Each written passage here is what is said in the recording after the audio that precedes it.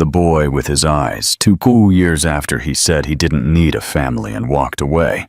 He saw her with a boy who had his same eyes, and his world changed forever. It was a horror he never saw coming. Arthur Bennett was the type of man you read about in magazines. Rich, brilliant, and untouchable. At just 34, he had risen through the ranks of Chicago's most powerful financial elite, and now sat at the top as CEO of Bennett Holdings, an international investment firm with clients on every continent. His schedule was packed by the minute. He flew first class, ate alone, slept little, and trusted no one. To him, relationships were distractions. Family was a weakness he couldn't afford. In his eyes, love softened men, and soft men didn't survive in his world. Eleanor Vance lived in a completely different universe. At 26, she was still paying off art school loans and shared a loft with 2 other struggling creatives in Logan Square. She painted by day and worked as an interior design assistant by night, just to make ends meet. Despite the chaos, she radiated hope. Her dream was simple: to open her own gallery, sell enough art to live modestly, and find someone who saw beauty not just in her work, but in her. She believed in love the way children believe in fairy tales, completely, without a doubt. Their worlds collided by pure chance. Eleanor had been hired through a small design firm to help style the reception area of Bennett Holdings' new office in downtown Chicago. It was supposed to be a 2-week job. Light, decorative touches. She never expected Arthur Bennett to show up, let alone stand behind her one afternoon and comment on her choice of light fixtures. "Too soft," he said, his arms crossed, his voice gruff. She turned, startled, and found herself facing penetrating dark brown eyes, so intense they almost made her forget how to breathe. She disagreed with him immediately and boldly. "Too soft for what? For an office or for your ego?" He laughed, and for the first time in years, something inside him opened up. It wasn't just her appearance, though she was stunning, with ice blonde hair and clear blue eyes. It was her courage. She didn't flinch under pressure, didn't try to impress him. She challenged him. Intrigued, he offered to take her to dinner. "Strictly professional," he said, but they both knew it wouldn't stay that way. The dinners turned into nights, the nights into weekends. They lived in a bubble of stolen time, where he taught her how to let go, and she taught him how to feel. For 3 months, they balanced on the edge of something neither of them had expected, something scary and real. But just as it began to feel like something solid, something permanent, Arthur pulled back. On a quiet morning, with golden light pouring through the windows of Eleanor's apartment, he stood by the balcony, his hands in his pockets. She was still curled up in bed, sleepy and smiling. That's when he said it. "I don't need a family, Liv. That's not me. I can't be what you need." His voice was flat, rehearsed. It sounded like someone else was speaking through him. She sat up, confusion turning to pain, but he was already putting on his jacket. There was no argument, no goodbye, just silence as he closed the door behind him and walked out of her life. Eleanor didn't cry right away. She just sat there in the sun-drenched room, wondering what she had missed. How someone could touch your soul one day and walk away the next, as if nothing mattered. She didn't know that would be the last time she would see him for a long, long time. A mother's choice.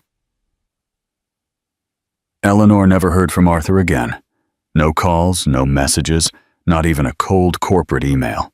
It was as if he had erased her the same way he would eliminate unprofitable projects from his life, without a second thought. The first few days after he left, she was numb.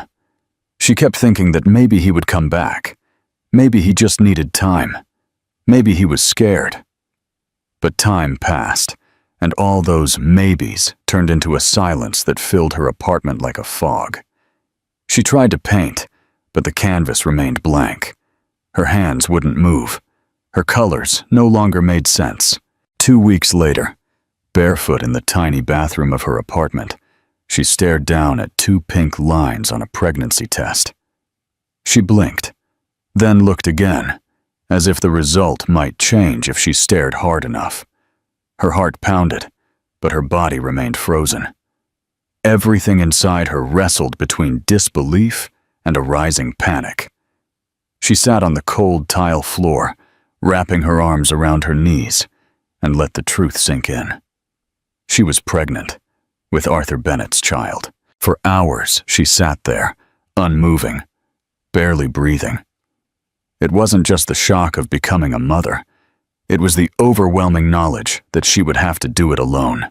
The man who had looked her in the eyes and touched her heart had also told her, without hesitation, that he didn't want a family. She could still hear him saying it, like a cruel echo. "That's not me." Well, now it was her. At first, she considered calling him. She even drafted a message one night. "I need to tell you something. Please call me." But she didn't send it. She imagined how it would go, how he would react, or worse, how he wouldn't. What if he told her to get an abortion?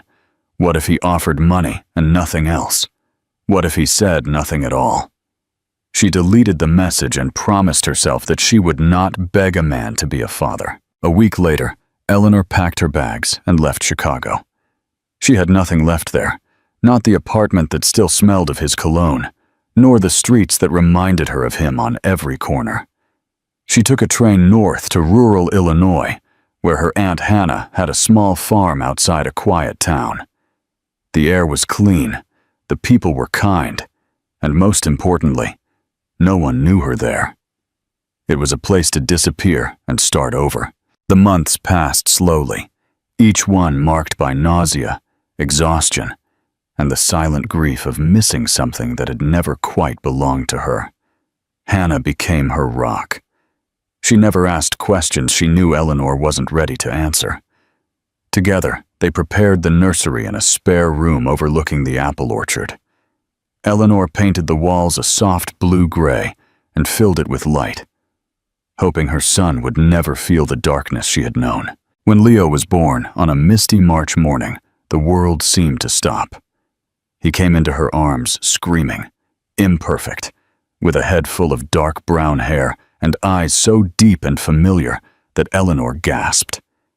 He didn't just look like Arthur. He was a mirror. She held him tightly against her chest and cried for the first time in months, not because she was scared, not because she was alone, but because she had never felt such overwhelming love in her entire life. She named him Leo Arthur Vance and signed the birth certificate with trembling hands. There was no father's name, only hers. She had chosen this. She would raise him alone, every sleepless night, every lullaby, every feeding. He was hers. And even when she was exhausted to the bone and her hands were covered in paint or formula or tears, she never regretted having him. Still, sometimes in the silence of the night, when Leo was asleep curled up against her and the farm was completely still, she would wonder if Arthur ever thought about her, if he would ever know what he missed, if he would look into a child's eyes one day and recognize something that was once his. But she didn't allow herself to stay in those thoughts for long. She had Leo now. That was enough. A shocking revelation: Arthur Bennett was on the 57th floor of a Chicago skyscraper, staring out at the city he once conquered with ruthless precision. The skyline hadn't changed, but something inside him had. He didn't know when it began. Maybe it was after the 3rd consecutive sleepless night, or the 5th time he closed a multi-billion-dollar deal and felt absolutely nothing. He had the penthouse, the awards, the respect of every boardroom he walked into. But lately, the silence of his own success had become deafening. No one questioned his decisions. No one challenged his vision. and no one ever touched his heart. Not since her. For a long time, he tried to put Eleanor out of his mind. He buried her memory under 12-hour workdays, meaningless business dinners, and expensive distractions. He told himself it had been a short affair, nothing more. But the truth gnawed at him in the quiet hours, the way she looked at him without expectation, the way she laughed when he was too serious, how she once painted a storm just because he said he hated the rain. She had seen through the sharp suits and the polished power. She had loved him before he even knew what love was, and he had thrown it all away with a single sentence. He hadn't even realized how much he missed her until he stopped pretending he didn't. The change began slowly. He stopped accepting invitations to after-hours events. He turned down vacations with acquaintances he didn't care about. He found himself looking out windows more than at board reports. He was losing focus, and his assistant began to notice. She gently suggested he take a sabbatical, but the idea of walking away from his empire terrified him more than the emptiness itself. So he stayed, moving through the motions of a life he no longer felt connected to. One rainy October afternoon, he attended a charity auction hosted by one of Bennett Holdings' partner foundations. He wasn't interested in the event, but appearances mattered, and he needed to remind the press that he was still in control. As he walked past an exhibit of donated artworks, something stopped him. A painting hung on the wall, a forest in early winter, cold light filtering through bare trees, and in the distance, a small figure walking alone. The name beneath the piece made his heart jump. Eleanor Vance. He moved closer, his eyes scanning the brushstrokes, the colors, the movement. It was unmistakably her style, raw, emotional, and deeply alive. She had always painted as if she were bleeding feelings onto the canvas, and this piece was no exception. The heartache in the image reached him in a way nothing else had in years. A woman near the painting noticed his attention and smiled. Beautiful, isn't it?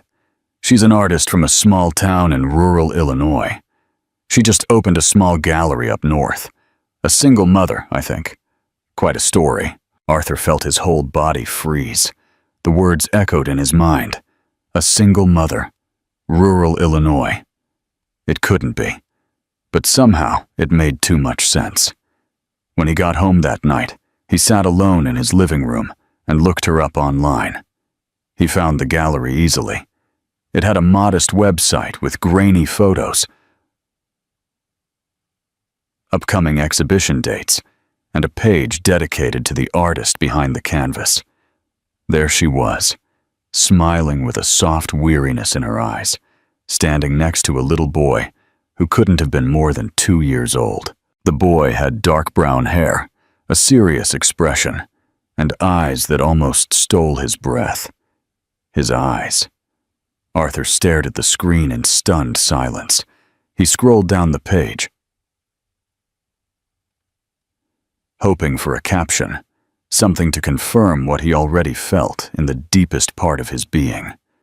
One image showed the boy holding a small paintbrush, daubing color onto a paper while Eleanor laughed behind him. It was a quiet, spontaneous moment, so simple and joyful that something broke deep inside Arthur. He leaned back in his chair, both hands in his hair, and whispered, "Oh my God." The room felt colder, heavier. All the years he had told himself he wasn't built for a family, all the moments he had said he didn't believe in love, it all came crashing down around him with a single glance at a little boy's face, a face that mirrored his own. The next morning, Arthur didn't go to the office. Instead, he booked a flight to rural Illinois. His assistant was surprised, but he offered no explanations. He packed his bags quickly, not knowing what he was going to say or what he would find, only knowing that he couldn't ignore this. Not anymore. During the flight, he relived every memory he had of Eleanor. Her laughter in the stairwell, her paint-stained fingers resting on his wrist, her look of disappointment that morning he left. He hated himself for not calling her, for assuming she would be fine without him, for never considering that she might have needed him. As the plane descended over the green hills and quiet towns of Illinois, Arthur felt something he hadn't felt in years. Fear. Not the fear of failure or financial loss. This was something deeper. He was about to face the consequences of a decision he had made so easily, never imagining it would cost him a family he never knew he wanted. The first step, Maple Hill, was so quiet that Arthur felt as if he had stepped into another world. The roads were narrow and wound gently through hills, painted with the colors of early autumn. The trees blazed with amber and crimson, and the air smelled of wood smoke and damp earth. He drove through the small town in a rented SUV, following the directions he had jotted down from the gallery's website. It was located near the edge of town, surrounded by tall grass and an old picket fence that had clearly been painted by hand. The sign at the entrance was simple: Vance Gallery and Studio. No frills, no grand opening sign, just a name. Her name. He parked and sat in the car for a few minutes, not knowing if he had any right to walk inside. His heart was beating uncomfortably in his chest, an unfamiliar sensation for a man who had built his life on controlling every variable. But this wasn't business. This was the past colliding with the present, raw and unfiltered. Finally, he got out and walked to the front door. The sound of gravel crunching under his dress shoes was unnaturally loud in the silence. He stopped with his hand on the doorknob, took a deep breath, and opened the door. The space inside was warm and modest, with wood floors, exposed beams, and canvases that lined the walls like windows into Eleanor's soul. He recognized her work instantly. Every painting felt like a memory, trapped in color. A woman behind the counter looked up with a kind smile. "Welcome. Feel free to browse," she said softly. Arthur nodded, but didn't speak. His eyes scanned the gallery, searching for her, not knowing what he would say when he saw her. He didn't have to look far. She appeared from the back room a moment later, holding a mug and adjusting the sleeve of her cardigan. Her hair was pulled back loosely, a few strands falling around her face, and though she looked older, maybe a bit weary, she was still Eleanor. Still stunning in a way that had nothing to do with makeup or clothes. She froze when she saw him. Her eyes widened. The color drained from her face, and the mug in her hand trembled slightly before she set it on a nearby table. He stood still, not knowing if he should speak first. He could see a dozen emotions crossing her face: surprise, confusion, hurt, and something else he couldn't name. "Eleanor," he said, his voice low and shaky. "Ben." It sounded painfully small, almost absurd after 2 years of silence. She didn't reply right away. Instead, she walked slowly toward him, her steps cautious like someone approaching a wounded animal. When she was close enough to look him in the eye, she asked, "What are you doing here, Arthur?" He swallowed, struggling to find the words. "I didn't know. About the gallery. About the boy. He trailed off, unable to finish the sentence. His throat was too tight. Eleanor crossed her arms, not out of anger, but to brace herself. "So now you know," she said in a low voice. "What do you want from us?" The word "us" hit him like a punch to the gut. She wasn't alone anymore. It wasn't just about her. There was a boy now, his son. "I don't know what I want," he admitted honestly. I saw his picture, and I knew I had to come." Eleanor said nothing for a long moment. Then, calmly and precisely, she said, "He's 2.5. His name is Leo, and he's everything to me. You left before you even had a chance to let me tell you." Arthur felt a wave of guilt so sharp it almost knocked him over. He looked at her, truly looked at her, and saw the strength in her face, the quiet resilience. She had gone through pregnancy, childbirth, and raising a child without him. And yet she was standing there, steady, unbroken. "I made a mistake," he said. "I believed I was protecting you, that I couldn't be that man, that I would only ruin everything if I stayed." His voice broke slightly, and he hated how vulnerable he sounded. "I didn't realize what I was giving up. I didn't realize it would feel like this." Eleanor's expression softened, but only a little. "What exactly does it feel like, Arthur? Regret? Curiosity? Or something real?" Her words weren't cruel. They were careful. She needed to know, and she had every right to ask. Before he could answer, a small voice from behind her called out, "Mama!" Eleanor turned, and there he was, Leo. He ran from the back hallway, his tiny sneakers thudding on the wood floor. He had a crayon in one hand and a paint smudge on his shirt. When he saw Arthur, he stopped abruptly and tilted his head, studying him. Arthur instinctively knelt, not knowing if the boy would approach.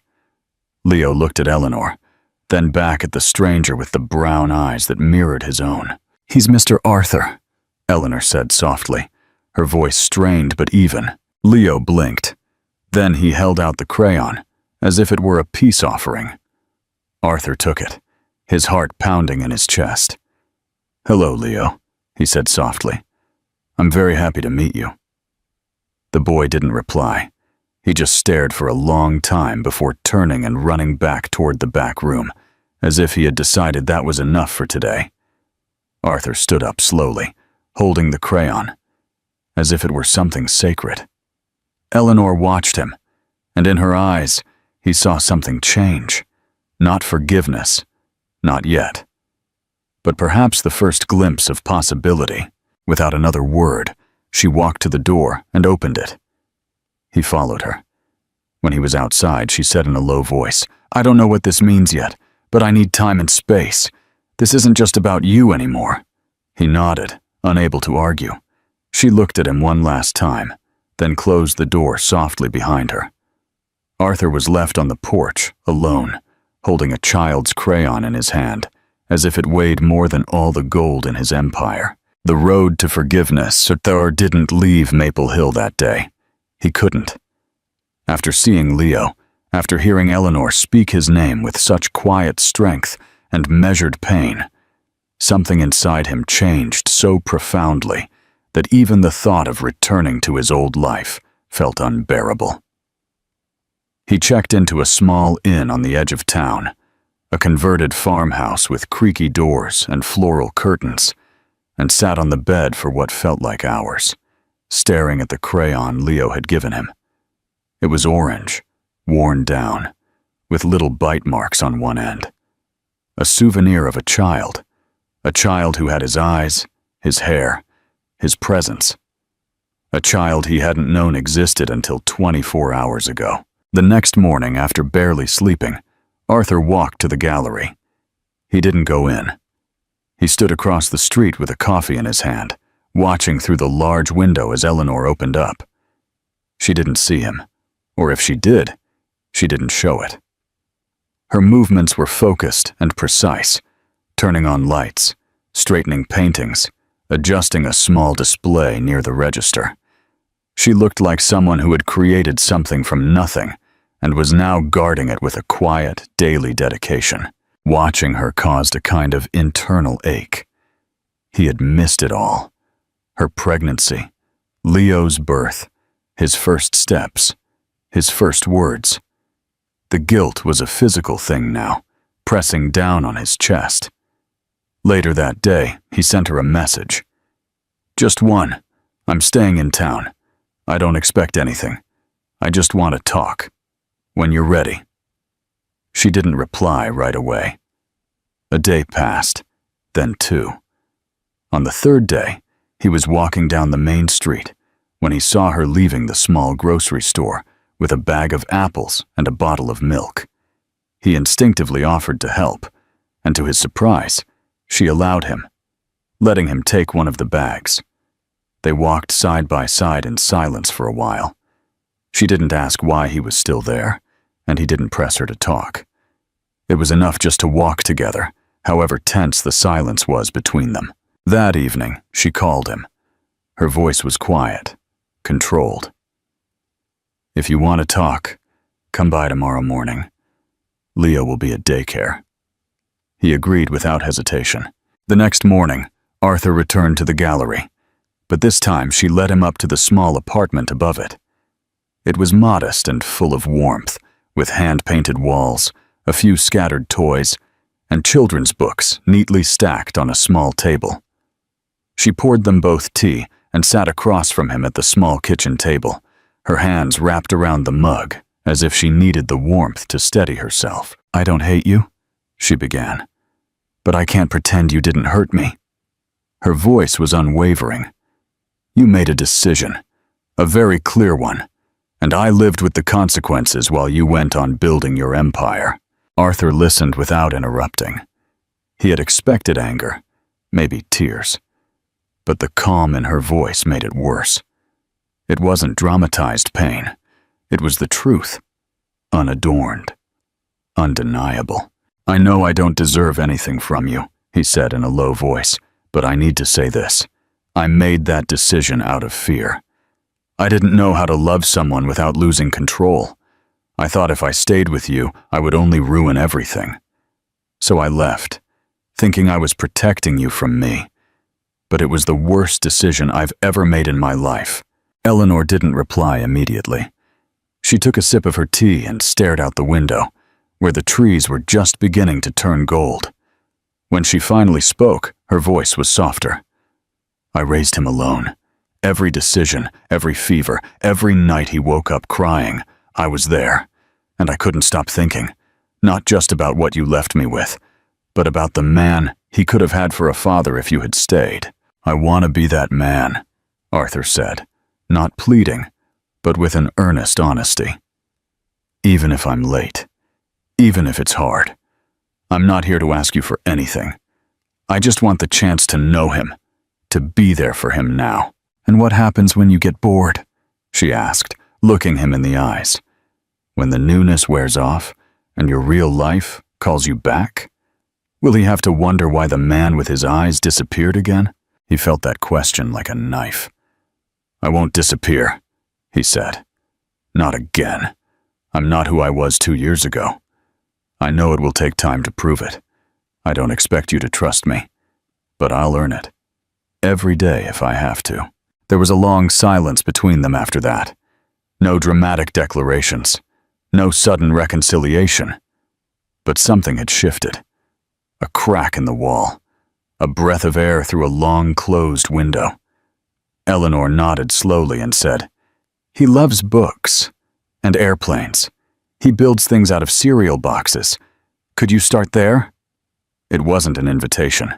It was a test, a path forward. Narrow, but real. Arthur didn't smile or thank her with exaggerated gratitude. He simply nodded, understanding the weight of what she was offering him. A family reclaimed. In the days that followed, Arthur showed up at the daycare door after school with small gifts. Paper airplanes, puzzle pieces, storybooks. He never pushed. He let Leo decide how much space to give him. At first, Leo was shy, more curious than affectionate. But Arthur didn't mind. He took what the boy gave him: quiet glances, brief smiles, tentative questions, and treasured them. He was rebuilding, not just his connection to his son, but the very foundation of the man he thought he was. And for the first time in years, he didn't feel powerful or successful. He just felt human and alive. Leo didn't accept Arthur right away, and Arthur didn't expect him to. The boy was cautious, observant, more thoughtful than most children his age. He would peek at Arthur from behind Eleanor's leg or from a doorway, studying him with quiet curiosity, but keeping a safe distance. Arthur respected that. He didn't try to win Leo over with flashy gifts or forced affection. Instead, he showed up. Every day. Sometimes just for a few minutes after daycare, sometimes longer on weekends. He brought small things, a new set of crayons, a little hand-carved wooden airplane, a book with pages full of colorful animals. But most of all, he brought consistency. He never missed a day, never broke a promise. Eleanor watched all of this with caution. She didn't interfere, but she didn't encourage him either. She let Leo take the lead and Arthur do the work. And Arthur did. He learned to build forts out of pillows and make cardboard rockets with nothing but duct tape and imagination. He sat on the floor and let Leo paint his hands, his arms, even his face. He read aloud at bedtime. His voice would shake the first time Eleanor allowed him to, barely trusting himself to turn the pages. Sometimes he would stay after Leo was asleep, just sitting on the couch with Eleanor. The silence between them now softer, almost companionable. One afternoon, Eleanor found them outside, behind the gallery, where the backyard had become a small play space. Leo was trying to fix a small red toy tractor that had lost one of its wheels. He was frustrated, his little brows furrowed. Arthur knelt beside him with a tiny toolbox, showing him how to realign the axle. He spoke softly, explaining each step in a way Leo could follow. His voice was full of a patience Eleanor had never before seen in him. When the wheel finally clicked into place, Leo jumped up, clapping. "You did it!" he said, laughing. But then he paused, looked at Arthur with those deep brown eyes, and added softly, "Thanks, Dad." Eleanor stood still where she was, her breath caught in her throat. Arthur said nothing for a moment. His eyes widened, and something in his face changed. Surprise. Then something heavier and rarer, like disbelief colliding with yearning. He reached out slowly, not touching Leo, but resting a hand softly on the repaired tractor. "You're welcome, buddy," he said, his voice low and steady, though Eleanor could see his fingers trembling slightly. That night, Arthur sat in his car for almost an hour before heading back to the inn. He didn't cry, not exactly, but something inside him broke open in a way it never had before. Being called Dad was nothing like any title or award he had ever received. It wasn't power, it wasn't prestige, it was love, unfiltered, undeserved, and unimaginably precious. From that moment on, Leo's guard came down more and more each day. He started running to the door when Arthur arrived, asking if he could sit on his lap during dinner, offering him small treasures, a heart-shaped rock, a crayon drawing of the three of them holding hands, a crumpled flower he had found near the gallery steps. He told Arthur stories about his dreams and nightmares, about the monster in the closet and the superhero he wanted to be. One night, as Arthur was tucking him into bed, Leo whispered sleepily, "I'm glad you came back." Arthur kissed his forehead and replied, "Me too, little man. Me too." Eleanor watched all of this with a heart that felt heavier and lighter at the same time. She had built walls out of necessity, out of survival, and now those walls were being torn down, brick by brick, not with grand gestures, but with presence, with effort, with time. She had expected Arthur to try and fail, or try and leave, but instead, he stayed. Not just for Leo, but for her, too. He helped wash the dishes. He offered to pick up groceries. He remembered her favorite tea and brought it without being asked. He didn't pressure her for affection, didn't try to reclaim what they once had. He simply lived each day with a quiet honesty and patience, and she began to feel something she thought she had lost: trust. One Saturday, after an early breakfast, the three of them walked together to the farmer's market. Leo was perched on Arthur's shoulders, clutching a bag of apples as if it were a prize. Eleanor laughed as Arthur pretended to be a horse, trotting through the grass while Leo shrieked with delight. People in the town were starting to notice. Whispers followed them, some kind, some skeptical. But Eleanor didn't care. For the first time in years, she felt a part of a whole again. Not just a single mother navigating the world with a small boy and a silent ache. That afternoon, as the sun set behind the hills, casting long shadows over the porch, Eleanor sat beside Arthur while Leo played with a toy truck nearby. The silence between them felt full, not empty. She looked at him for a long moment and said in a low voice, "You've changed." He didn't deny it. "I had to," he replied. "For him, for you, for me." She nodded, her eyes shining with something like peace, and for the first time in a long, long time, Eleanor allowed herself to believe that maybe some stories didn't have to end in heartbreak. Maybe, just maybe, this one had only been on pause, waiting for the right chapter to begin. The last promise. In Maple Hill grew colder as October wore on, but inside the gallery, everything felt a little warmer, a little more alive. Eleanor's art was changing. Her brushstrokes had moved from sharp and stormy to softer, more layered, as if something inside her had begun to heal. The new pieces that filled the gallery were still honest and raw, but they now carried light, subtle glimmers of hope woven into every canvas. Visitors noticed. More people began to stop in.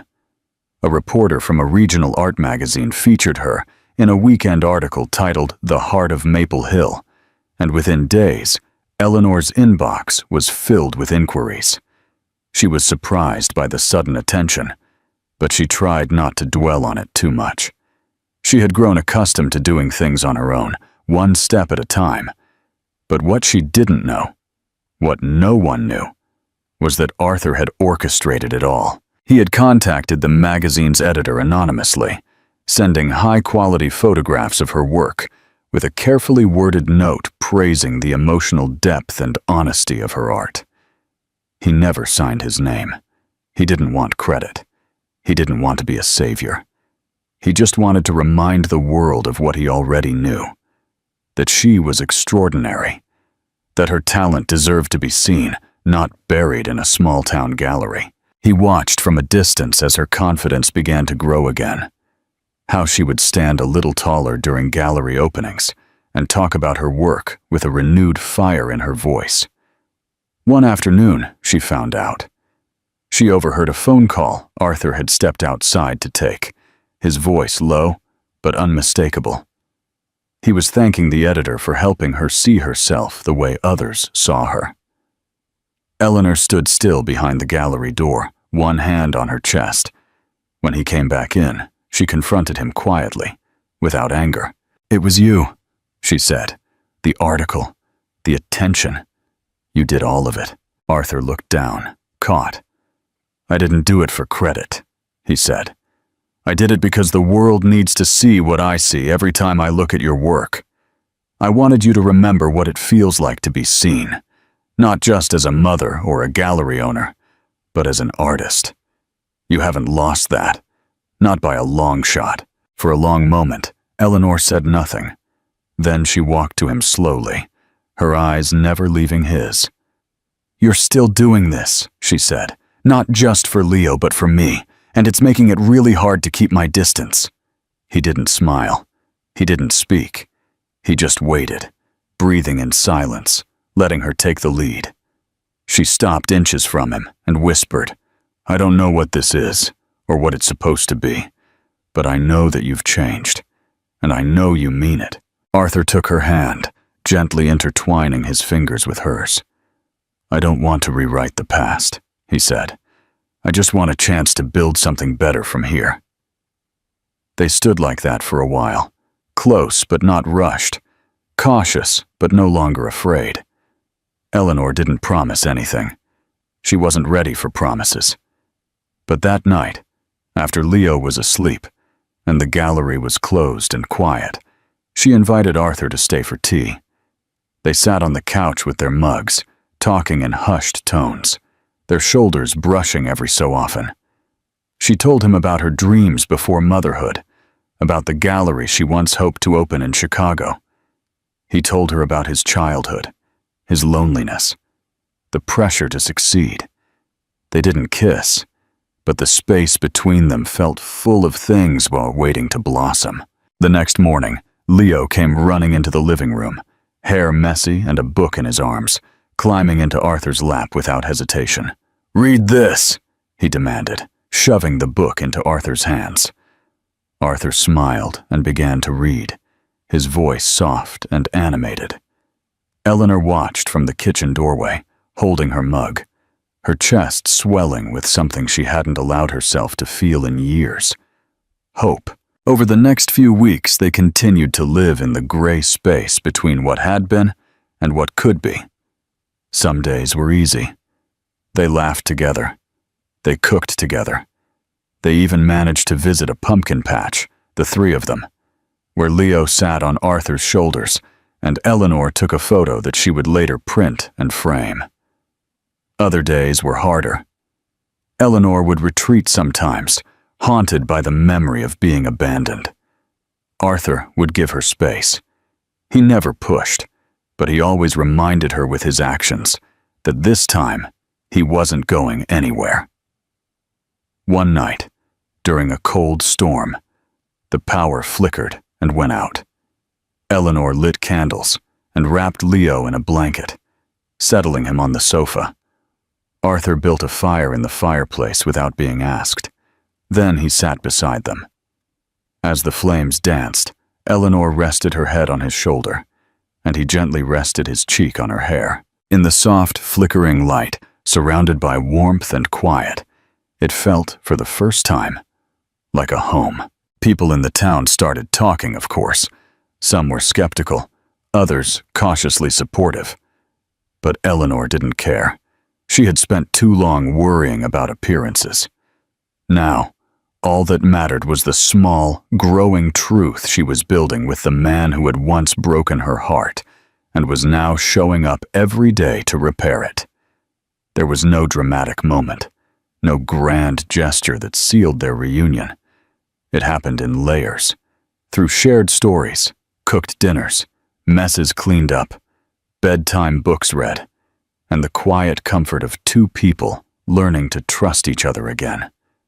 And at some point, without even realizing it, Eleanor stopped waiting for something to go wrong. She stopped doubting his presence. She started letting him stay. The spring arrived in Maple Hill with a slow unfurling of color, the snow receding into memory as green crept silently across the hills and fields. The trees outside the gallery blossomed in soft whites and pinks, and Eleanor would open the windows every morning to let the breeze bring in the scent of thawed earth and new beginnings. Everything felt lighter now, not just in the air, but in their lives. Months had passed since Arthur first returned, and though no formal declarations had been made, their little family had begun to find a rhythm, marked not by grand moments, but by the gentle accumulation of small ones. Arthur had rented a house just down the street, not because Eleanor had asked him to leave, but because he wanted to give her space, to let this new chapter unfold naturally. Still, most afternoons found him at her door, often with dinner or something Leo had forgotten at his place. Sometimes he would stay late, sometimes he wouldn't. There was no pressure, only presence.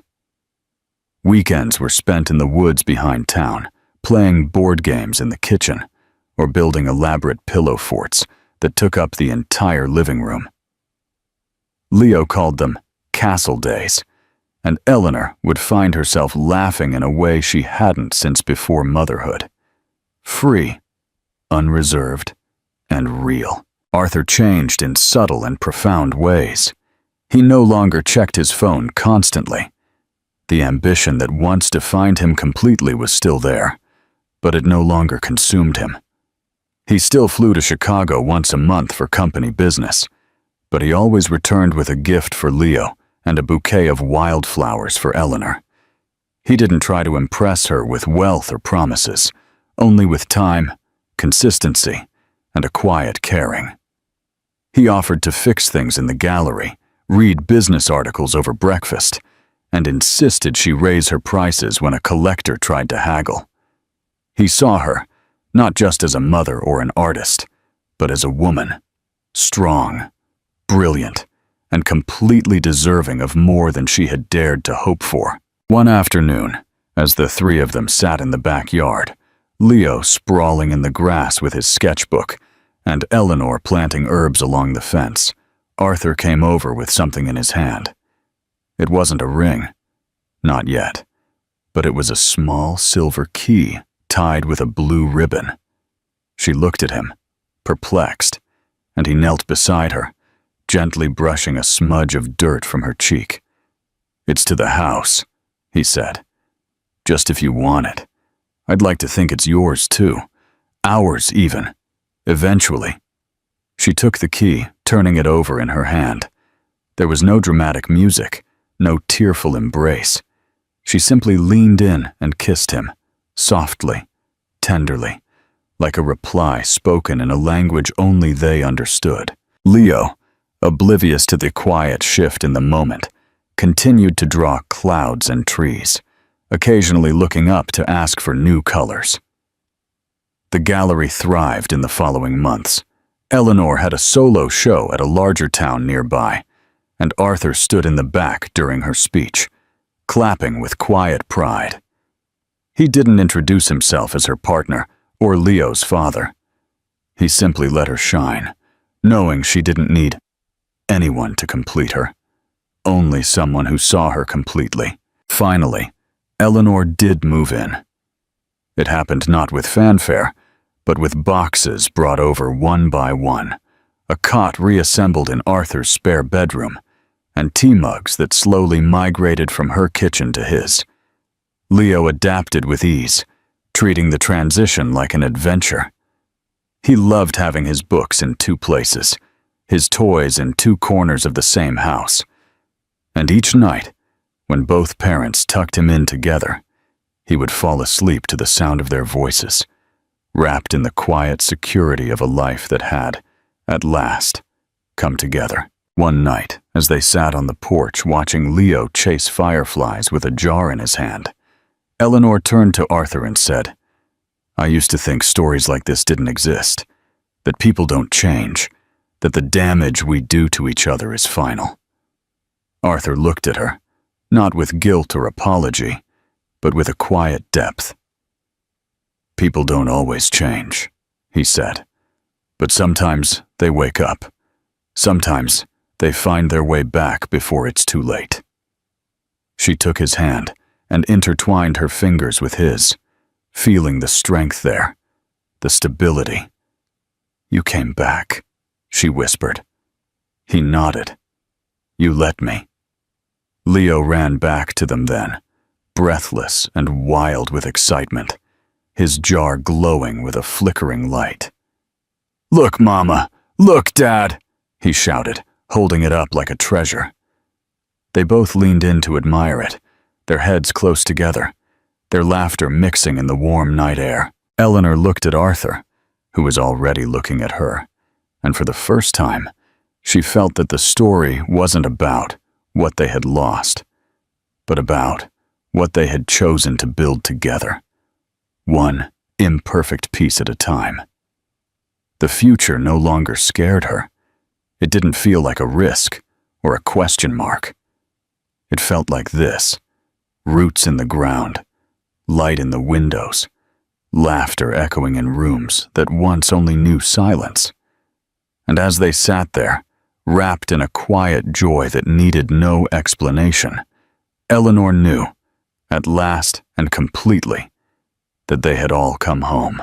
This story is proof that life does offer second chances. but they never take you back to the exact spot where everything started. It's not a cliché, happily ever after.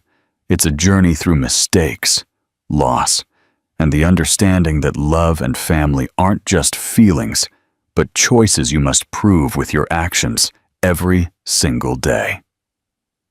I like that the ending isn't loud or theatrical, but quiet, and that makes it all the more powerful. The characters aren't magically brought together by fate. They make a conscious decision to move toward each other despite the fear and pain of the past. This isn't a story about perfect people, but about those who learn to become a better version of themselves for someone who matters more than their own ego. The most valuable part of this ending is that it leaves room for the future. We can see that their life ahead will still be challenging, but they now have a shared desire and will to face it together. And that's stronger than any words or promises. What did you think of the new names in the ending? Don't forget to like this video, share it with a friend, and subscribe to our channel for more stories of redemption and love.